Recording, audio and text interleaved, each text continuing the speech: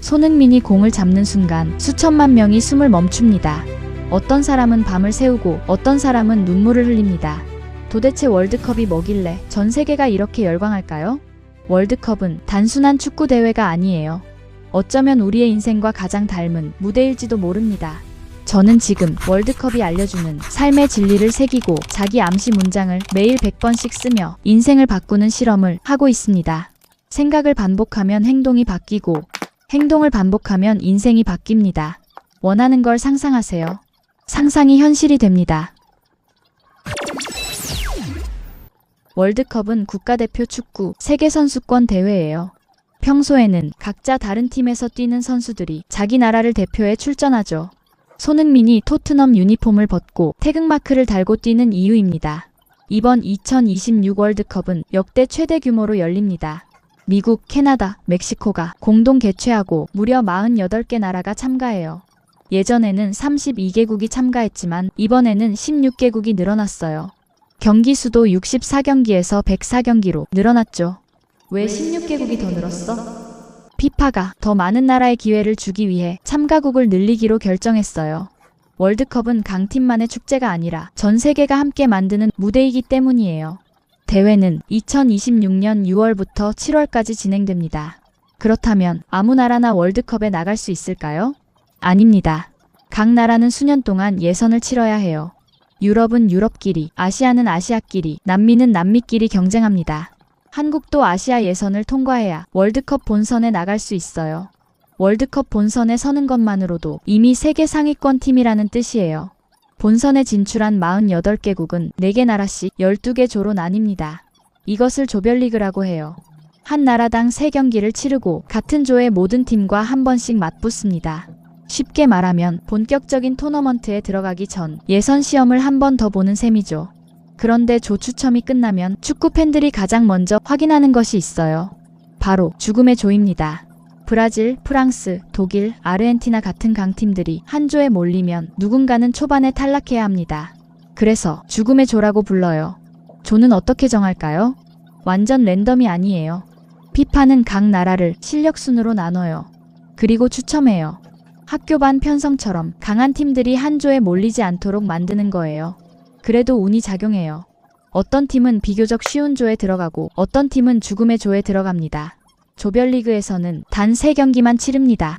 그래서 마지막 경기까지 긴장을 놓을 수 없어요.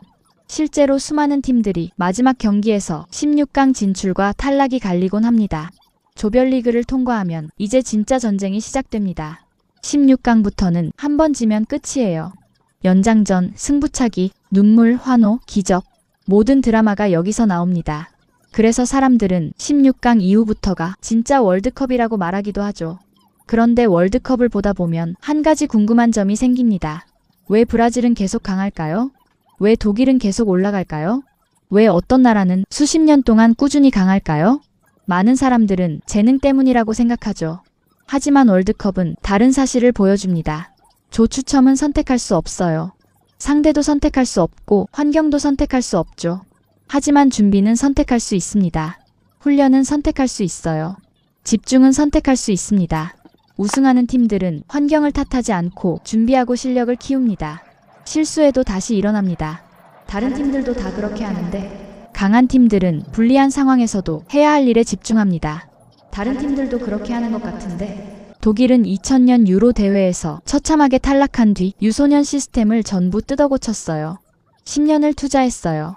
그 결과가 2014년 월드컵 우승. 모든 팀이 노력은 해요. 그런데 강한 팀은 실패한 뒤 시스템을 바꿔요. 같은 방식을 반복하는 게 아니라 원인을 찾고 구조를 바꾸는 거예요.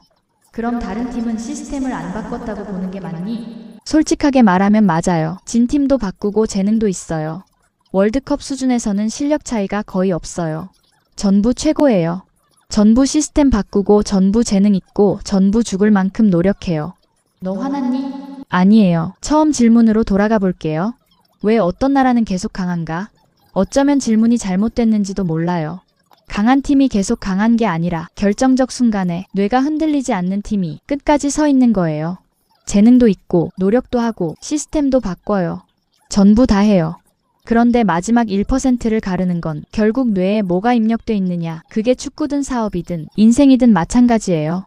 그럼 다른 팀은 뇌가 흔들렸다는 거니? 브라질이 계속 강한 진짜 이유는 뭐니? 솔직하게 말할게요. 브라질이 계속 강한 진짜 이유는 축구가 종교 수준의 문화예요. 가난한 아이들에게 축구는 유일한 탈출구로 인재풀이 끊임없이 만들어졌어요. 풋살 문화 덕분에 기술이 자연스럽게 발달했고 유럽 리그로 진출하는 길까지 만들어지면서 뛰어난 선수들이 계속 등장하게 된 거예요. 브라질의 강함은 하루아침에 만들어진 것이 아니라 오랜 시간 쌓인 문화와 환경, 그리고 반복의 힘이 만든 결과였어요. 좋아. 인생도 비슷해요. 누군가는 좋은 환경에서 시작합니다. 누군가는 불리한 환경에서 시작하죠. 누군가는 경제적으로 힘들고 누군가는 건강 문제를 겪습니다. 어쩌면 우리도 각자 다른 조에 배정된 선수들인지 모릅니다. 하지만 결과를 만드는 건 환경만이 아니에요. 매일의 준비입니다. 포기하지 않는 태도입니다. 어제보다 조금 더 성장하려는 마음입니다. 생각해보면 월드컵은 단순한 축구 대회가 아닌 한 나라의 꿈, 한 선수의 도전, 그리고 끝까지 포기하지 않는 사람들의 이야기입니다. 그래서 우리는 월드컵을 보며 축구보다 더 큰 감동을 느끼는 것일지도 모르겠습니다. 오늘은 63일차입니다. 6300번째 자기 암시. 나는 월 순수익 1000만원 달성한다. 죽음의 조에 들어가도 끝까지 뛰는 팀이 있습니다.